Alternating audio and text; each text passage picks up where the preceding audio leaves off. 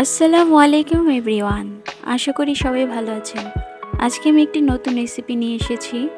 আমি কিভাবে বাসায় ওভেন ছাড়াই নরম তুলতুলে ভ্যানিলা স্পঞ্জ কেক তৈরি করি। আসুন তাহলে শুরু করি। বিসমিল্লাহির রহমানির রহিম। এখানে আমি 3/4 কাপ ময়দা নিয়ে নিয়েছি। 2 টেবিল চামচ কর্নফ্লাওয়ার দিয়ে দিলাম। এখন চালনির সাহায্যে 2-3 বার চেলে নিব। এখানে আমি 5টি ডিম নিয়ে নিয়েছি। এখন ডিমের কুসুমগুলো সাবধানে উঠিয়ে নিতে হবে।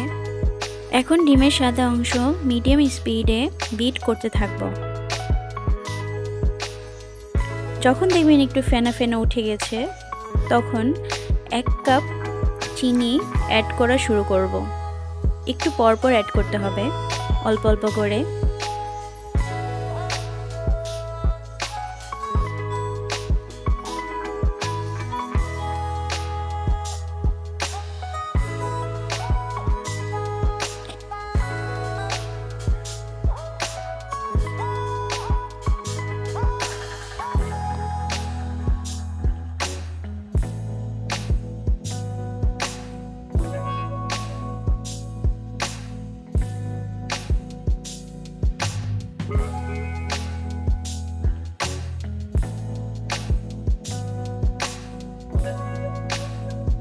একটু ঘুরিয়ে ঘুরিয়ে বিট করতে হবে।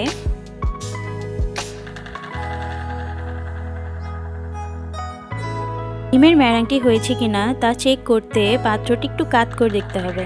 না, এখনো হয়নি, আর একটু বিট করতে হবে।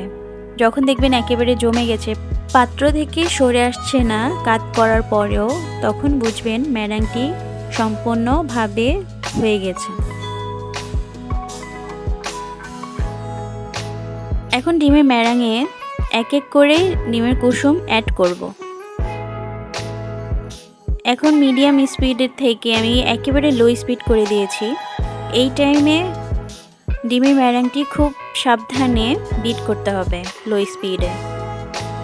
অ্যাড করব 1 চামচ ভ্যানিলা এসেন্স।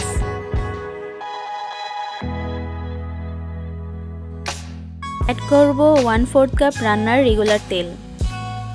তেল দেওয়ার পর বেশিক্ষণ বিট করা যাবে না, মিক্সড করার জন্য হালকা বিট করব। এখন চেলে রাখা কেকের মিশ্রণগুলো অ্যাড করব। অল্প অল্প করে অ্যাড করব, একসাথে সব দিয়ে দিলে হবে না, ভাগে ভাগে দিতে হবে। এখন হালকা হাতে ভালো করে মিশিয়ে 2-1 সেকেন্ডের জন্য বিট করব।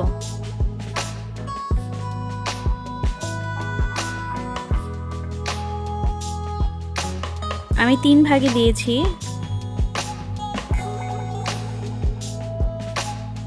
ওভার বিট করা যাবে না, অবশ্যই খেয়াল রাখতে হবে। হালকা লো স্পিডে শুধু মিশানোর জন্য বিট করতে হবে।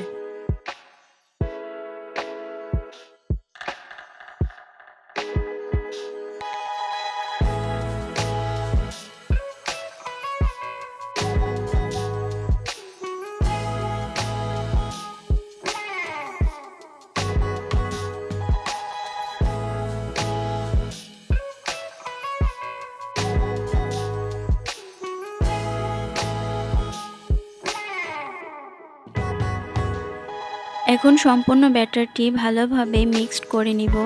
ঘুরিয়ে ঘুরিয়ে একদিক থেকে হালকা হাতে মিশ্রণটি মিক্সড করতে হবে।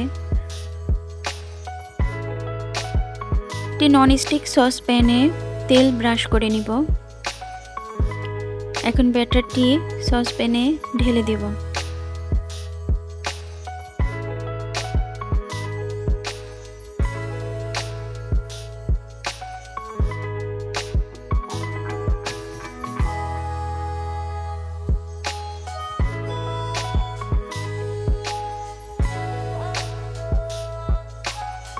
এখন হালকা ট্যাপ করে নিব, যাতে ব্যাটারের বাবলগুলো ভিতর থেকে বেরিয়ে আসে। আগে থেকে একটি তাওয়া চুলায় 10 মিনিট প্রি হিট করে নিয়েছি।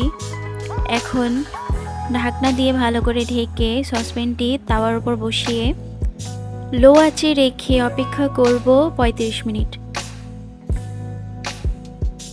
35 মিনিট পর ঢাকনা তুলে দেখব একটি কাঠির সাহায্যে যে হয়েছে কিনা। না, কাঠিতে লেগে আসছে না। এই তো তৈরি ভ্যানিলা স্পঞ্জ কেক। অবশ্যই আপনারা ট্রাই করবেন এবং আমার রেসিপিটি ভালো লাগলে অবশ্যই পাশে থাকবেন। আজকের জন্য এখানেই বিদায়, আবার কোনো নতুন রেসিপি নিয়ে হাজির হব।